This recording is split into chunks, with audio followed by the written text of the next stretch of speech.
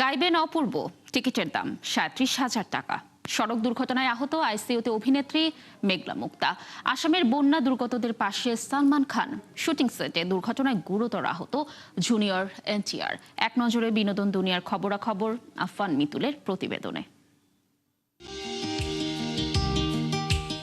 বাংলাদেশের জনপ্রিয় অভিনেতা জিয়াউল ফারুক অপূর্ব অভিনয়ের পাশাপাশি গানও করেন। বেশ কয়েকটি টেলিভিশন নাটকে গান গেয়েছেন এই অভিনেতা। এবার একক কনসার্টে একটানা গান পরিবেশন করতে দেখা যাবে তাকে। নিজের পছন্দের শিল্পীদের শ্রদ্ধানন্দিত 10টি গানের পাশাপাশি নিজের গাওয়া নাটকের গানও থাকবে অপূর্ব লাইভ মিউজিক্যাল নাইট শিরোনামের কনসার্টে। জানা যায়, গায়ক হিসেবে আগামী 8 আগস্ট যুক্তরাষ্ট্রের মঞ্চে উঠতে যাচ্ছেন তিনি। নিউ ইয়র্কের জ্যামাইকা পারফর্মিং আর্টস সেন্টারে অনুষ্ঠিত হবে অপূর্ব লাইভ মিউজিক নাইট। অনুষ্ঠানে প্রায় 2 ঘন্টা গানে গানে দর্শকদের মাতাবেন অপূর্ব।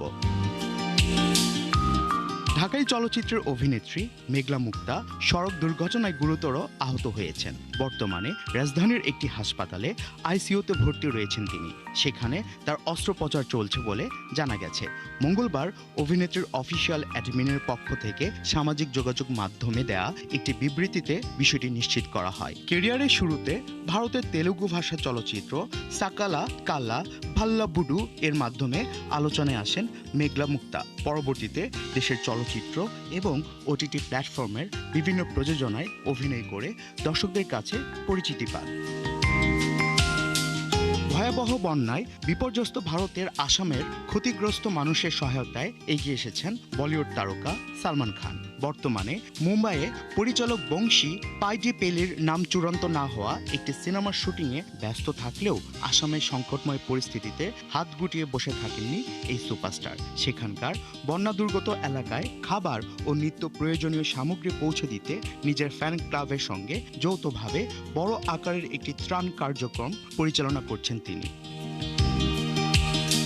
দক্ষিণ ভারতীয় চলচ্চিত্রের জনপ্রিয় তারকা জুনিয়র এনটিআর শুটিং সেটে দুর্ঘটনার শিকার হয়েছেন। সোমবার একটি অ্যাকশন দৃশ্যের শুটিং চলাকালে তার কাঁধে গুরুতর আঘাত লাগে।